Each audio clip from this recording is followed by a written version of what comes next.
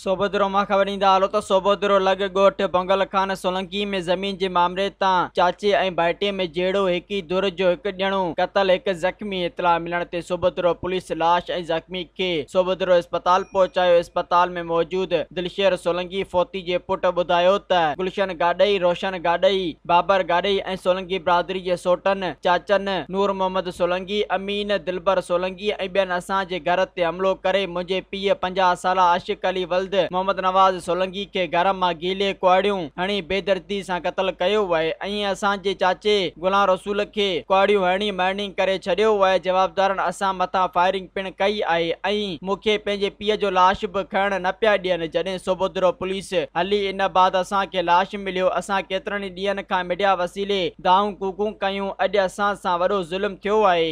जवाबदारनि photo खाता बदिलाए ज़मीन गाॾई बिरादरी जे गुलशन रोशन गाॾई खे विकिरो कई आहे, जिन ॾे असां क़ुरान पाक पिण खणी वियासीं त ज़मीन में असांजा घर आहिनि, तव्हां ख़रीद न कयो। ज़मीन असांजे अबनि ॾाॾनि जी मिल्कियत आहे। असां इन्हनि खे पैसा पिण ॾियणा कया पर न मुड़िया। अॼु असां ते हमलो करे मुंहिंजे पीउ खे क़तल कयो ऐं हिकु ॼणे खे मरणी कयो। मुतासिरीन चयो त जेसी ताईं कातिल गिरफ़्तार न थींदा ऐं केस दाख़िल न थींदो असां पोस्टमार्टम बि न कराईंदासूं। मज़ीद ख़बरनि ऐं तफ़सीलात लाइ विज़िट कयो असांजी वेबसाइट www.awamiNewsHD.com ऐं ॾिसंदा रहो अवामी न्यूज़ HD।